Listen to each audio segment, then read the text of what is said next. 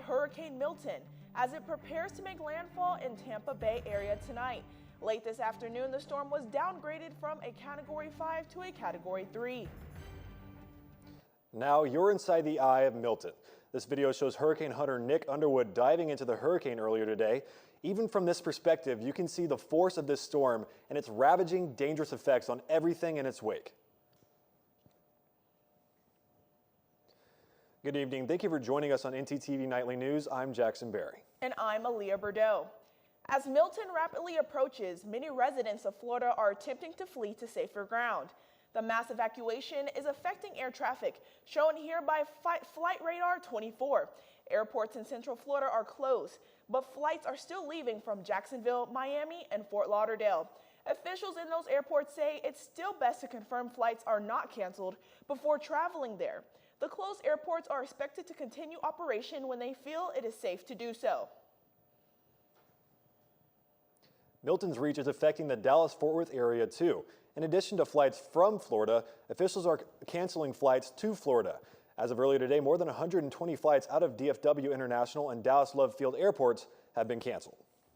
With Milton on its way to Florida, the Biden administration is already taking steps to provide aid for the millions of dollars of damage it will do. CNN's Julia Benbrook has the story. President Joe Biden has rearranged his schedule, canceling a trip abroad to meet with world leaders in order to monitor Hurricane Milton. On Tuesday, he told reporters he needs to be in the country when this potentially disastrous storm hits. President Joe Biden urging those near the storm to listen to local officials and follow safety instructions. I know it's really tough, leaving behind your home, your belongings, everything you own. The Biden administration has detailed a long list of steps it's taken already to prepare for Hurricane Milton, including approving Florida's pre-landfall emergency declaration, deploying federal personnel to the state for search and rescue efforts, and ramping up efforts to clear debris from Hurricane Helene. We have made available an unprecedented number of assets to deal with this crisis. We're going to continue to do so until the job is done. The politics of managing storm recovery have become a serious flashpoint. The president and top White House officials have grown extremely concerned about the spread of disinformation about the federal response to last week's Hurricane Helene, including falsehoods repeated by former President Donald Trump. Vice President Kamala Harris is accusing Trump of putting himself before the needs of others. It is unconscionable, frankly, that anyone who would consider themselves a leader would mislead desperate people to the point that those desperate people would not receive the aid to which they are entitled. Meanwhile, the Republican ticket is accusing the Biden-Harris administration of mismanaging the response to Hurricane Helene. In a Wall Street Journal op-ed, Trump's running mate, Ohio Senator J.D. Vance, claimed a bureaucratic bottleneck was delaying the deployment of active-duty military personnel. Biden and Harris were a part of a briefing Wednesday afternoon focused on Milton preparations. Following that meeting, Harris described the storm as unlike anything we've seen before. Reporting at the White House, I'm Julia Benbrook. As Milton approaches, the American Red Cross is on deck and ready to help. But they cannot do it alone. And now North Texas is asking for volunteers. With more details on how you can help is ntTV news anchor Edison Stewart. Edison? That is correct, Aaliyah. The American Red Cross of North Texas serves over 9 million people across 121 counties in some of the state's most geographically and weather diverse landscapes. Throughout the years, the Red Cross of NTX has provided multiple disaster relief shelters both in and out of state. Right now, they are urging for volunteers to help with aid for Hurricane Milton.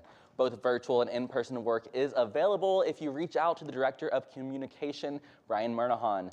Anyone older than 18 can apply, and transportation, shelter, food, and drinks will be provided.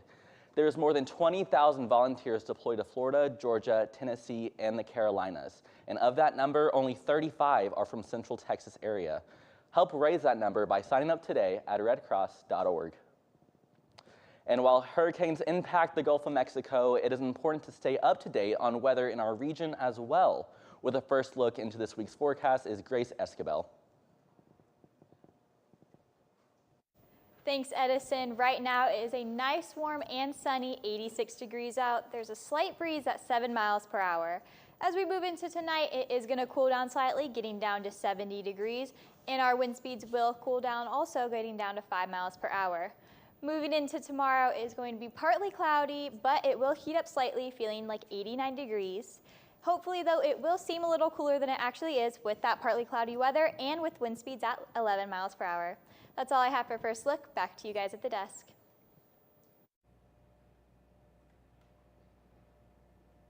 Thanks, Grace. Hey, we all know that weather changes like crazy in Texas. In 2022, when an unexpected ice storm froze the state, Texas's infrastructure and power grids failed statewide, causing widespread blackouts. Now there are plans for a solution. The project to link Texas power grid with other grids in the Southeast received a $360 million boost from the U.S. Department of Energy. Experts say the link would reduce the number of blackouts and could drive down the cost of energy. But the project still has a long way to go, since in the past the Texas state legislature has opposed connecting the grid. Coming up, new information about the ongoing drought in Denton. And Halloween is creeping up on us, and skull painting is in full swing. Stay with us. The state fair has finally arrived, so mark off your calendars, get your nicest cowboy hat, and join us here on Wednesday the 16th because we're going to be hosting 3 different live shows from the state fair. Our 2 English shows will go live at noon and at 6 p.m., and our Spanish show will go live at 3:30. We'll be showing you some of the most iconic events as well as some behind-the-scenes action, so make sure you don't miss it. Come join us at the State Fair of Texas, where the sight, sound, and flavors of Texas come alive on October 16th. Looking to open a free checking or savings account but don't know where to start? Check out DATQ Credit Union right here on campus. Get your Mean Green debit card instantly or apply for a DATQ Visa credit card today. Your school, your card. Plus, make deposits at their 24/7 ATM, checks or cash whenever you need it. Make sure to sign up for DATQ's online banking platform and mobile app for easy access anytime, anywhere. Visit them at www.datq.org to learn more. DATQ, the official financial institution of UNT Athletics. Haunting in the depths of ntTV studios. Something special is brewing just for you.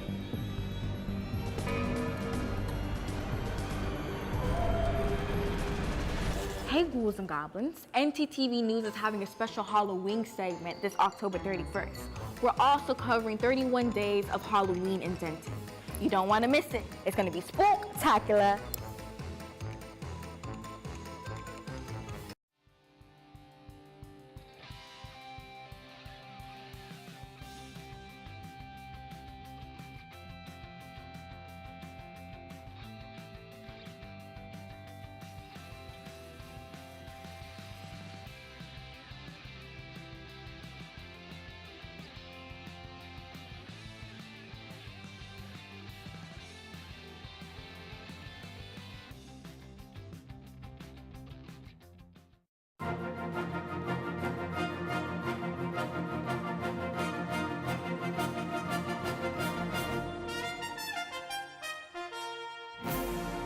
Over the summer, Denton enforced a water restriction as repairs were completed on damaged water filters.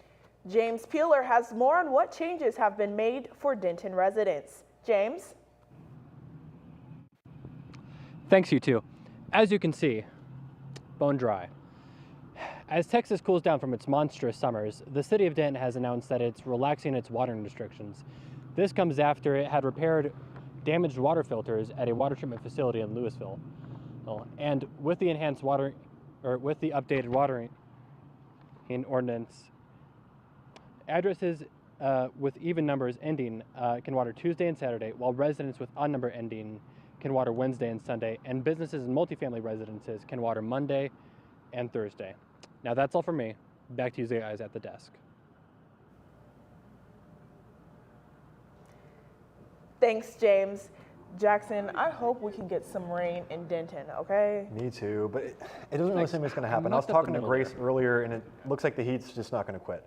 And let's actually send it over to Grace Escobar right now so she can tell us the details on the upcoming weather. Grace?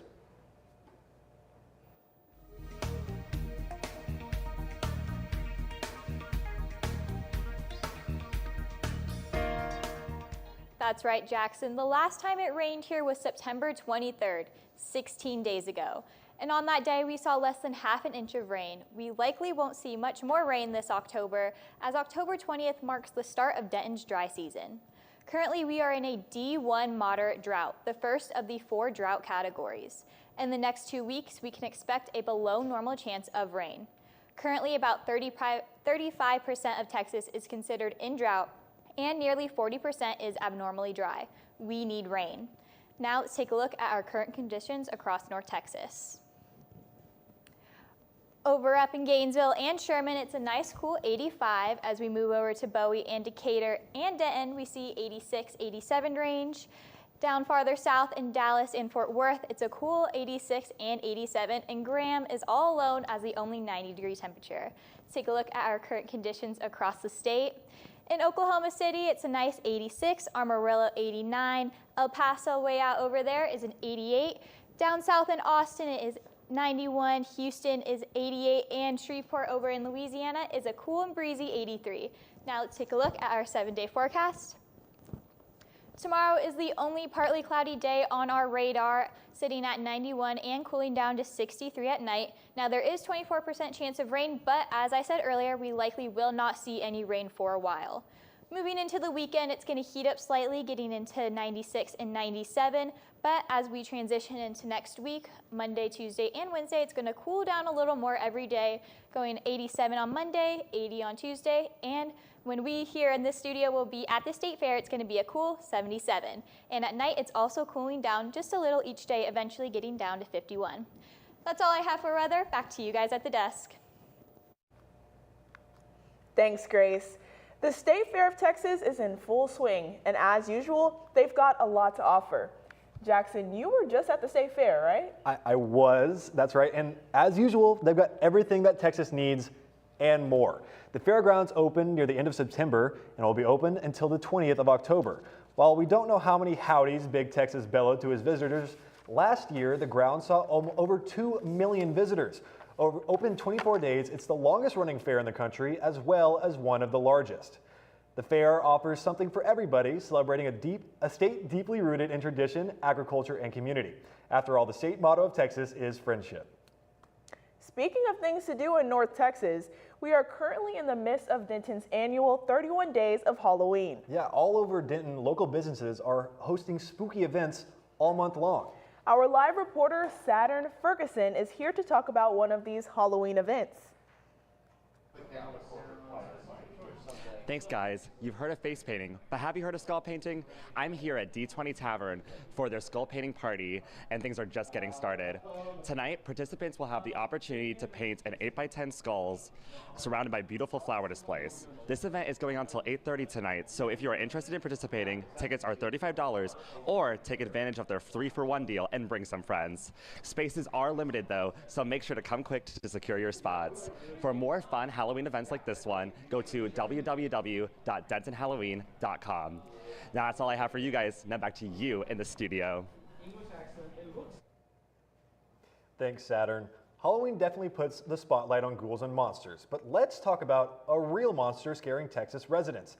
Residents of Fort Bend County were treated to quite a trick as an alligator was found strolling through their neighborhood. Neighbors called the police to lure the alligator out of the neighborhood. However, they failed to, as the gator got agitated and started to snap at authorities. Thankfully, no one was harmed. The alligator left on its own, back to the water where it belongs. Maybe he'll come out on Halloween. Maybe. I hope so. After the break, is TikTok actually going to get banned in the United States? And North Texas Theater is putting on a classic play that you don't want to miss. Craving something fresh, flavorful, and made just for you? Look no further than Avesta, your go-to destination for a delicious, full-service dining experience. Dive into our customizable omelets, expertly crafted by our talented cook Jonathan, who guarantees every bite is perfection. All our dishes are handmade, prepared with only the freshest ingredients. Explore our assembly line where you can choose from any of our globally inspired dishes, or customize your plate. It's that easy. And let's not forget dessert. Indulge your sweet tooth with treats from Clark Bakery. With convenient payment methods including card or flex, it's the perfect dining spot for any occasion. Quench your thirst with our wide selection of drinks. Just hand your drinking card to our friendly waiter, and they'll bring your beverage of choice right to your table. When you're done savoring every last bite, our attentive staff will whisk away your tray. Enjoy the peaceful ambiance as you dine in, or use our takeout option for a meal on the go. Avesta. The do's and don'ts of the Pole Rec Center. See that man over there? Please do not hog weights. Instead, do this.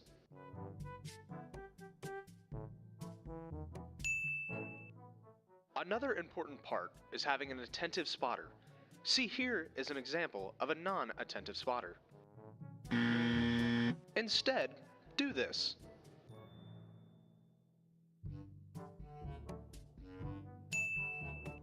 Now we head to the track, which should be pretty easy, just it's important to pay attention to the way the track goes. Remember to wipe down the equipment after you're done using it. The towels are provided by the gym, so it's pretty easy to wipe down the equipment when you are done. Thank you for using the Pole Recreation Center.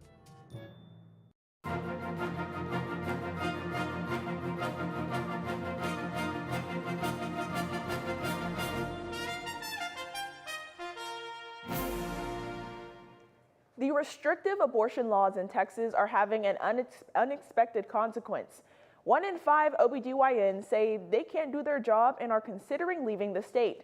This would make health care for women in Texas more difficult, since Roe v. Wade was overturned back in 2022. Abortions in Texas are now a criminal offense. In Texas, the maternal mortality rate has increased in recent years, and infant mortality rate has risen faster than national average. Texas ranks last among 50 states in the area of healthcare for women. Social media giant TikTok is facing another ban attempt by the United States government. Honestly, I hope they don't get rid of it. I need my TikTok time. Let's send it over to Madeline McRory to get some more info. Madeline? I'm so sorry, guys. I was doom scrolling, but it seems like I'm not alone in that. Several attorney generals across the U.S. have filed lawsuits recently, claiming that social media giant TikTok is harming its young users. CNN's Amy Kiley has everything we need to know on the alleged dangers of TikTok and getting stuck on your For You page. For the developing teenage mind, the TikTok platform is like digital nicotine. TikTok faces new lawsuits from 14 state attorneys general who allege it hurts young people's mental health. Our goal is to hold the company accountable for its unlawful conduct and to stop the company from engaging in practices that exploit our young people for profit. Numerous studies show social media in general can harm children and teens. A CDC survey out just yesterday shows high schoolers who use it frequently report more negative experiences and emotions. But the new lawsuits single out TikTok as being especially dangerous. We know that the overuse of social media is driving an epidemic of mental health challenges for young people. TikTok is particularly effective at it. The suits argue TikTok's endless scrolling content is addictive. They say challenge videos on the platform can encourage risky behavior, and late-night push notifications can disrupt sleep. It's intentional design choices that trap young people's time and attention and hurt them in the process. TikTok says it's proud of its efforts to protect teens. It says it removes underage users and employs safeguards. TikTok hasn't been straight with the public, with parents, with children, in overstating its safety features when it knows, in fact, that the safety features don't work. I'm Amy Kiley reporting. Federal law could ban TikTok in the U.S. as early as next year. That is, unless its Chinese parent company agrees to sell it. TikTok, though, is challenging that ban. So I guess it's about time I go outside, put my phone away, get a breath of fresh air, maybe even do something fun, like go see a play. Our segment anchor, Isabel Smith, has everything you need to know about a play that happened recently here on campus. Isabel?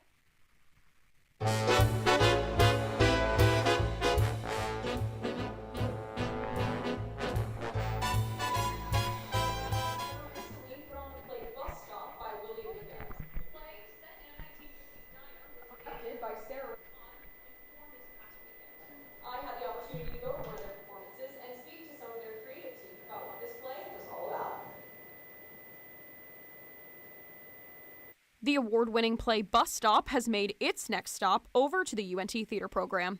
Directed by Sarah Rattan, this play, featuring a small but mighty cast of 7, performed this past weekend to multiple sold-out nights.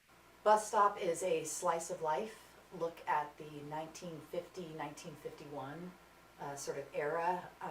It is the story, it's a character study of a bunch of really interesting and flawed individuals. And we get the opportunity to spend 2 hours with them in a diner. The play, written by William Inga, is the basis for the 1956 rom-com of the same name starring Marilyn Monroe. But the original source material, performed this past weekend, has a very different theme that the audience can take away. I think as an audience member, it's important to come into this show with a whole lot of empathy for these humans. They're not just characters, these aren't just actors saying lines, these are humans. With the show's focus on the humanity of the characters, it has made sure to not only make the audience think, but the actors too. I really wanted to challenge our students with almost cinematic realism. The idea of just really being a person. And so this process had a lot to do with like me asking the actors, what's in your pockets? What do you do when you're bored and you don't have a phone? So it's been a lot more, instead of a director doing choreography or blocking or things like that, it's more been about who is this person and what do they want, which has been a really fun sort of study. Congratulations to the cast and crew of Bus Stop on a successful run of the show. With North Texas TV, I'm Isabel Smith. If you're interested in seeing a production from UNT Theater, be sure to check out their box office schedule or follow them on Instagram at UNT Dance Theater. Now, back to the desk. Thanks, Isabel. Look, I am a huge sports fan, and all of this talk about UNT football is getting me excited about homecoming. And not just homecoming, Aaliyah. The Cowboys have also had a pretty interesting season so far. Our sports anchor, Annie Tomlin, has more. Annie? Thanks, guys. This weekend brought a great achievement to UNT athletics. North Texas is hosting a fun Halloween event with student athletes, and the Cowboys brought home a win. Stay tuned for more after the break.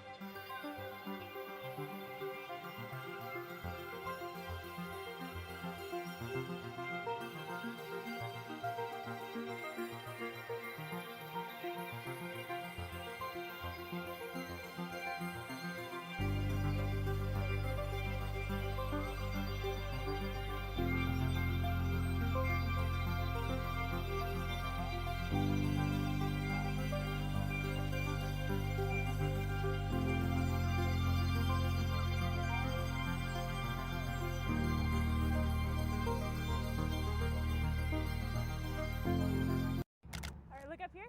1, 2, 3. Mom, Dad, I got it.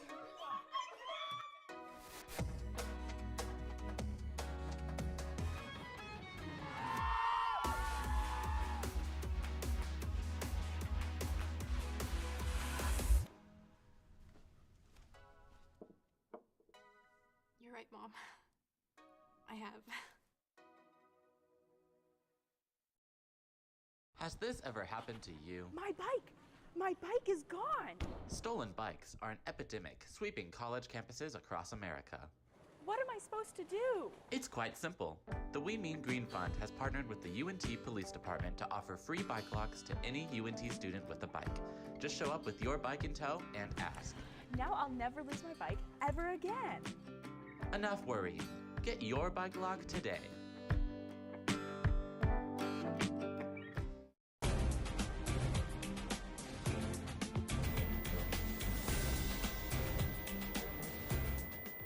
Looks like wearing those Cowboy jerseys on Sunday was good luck.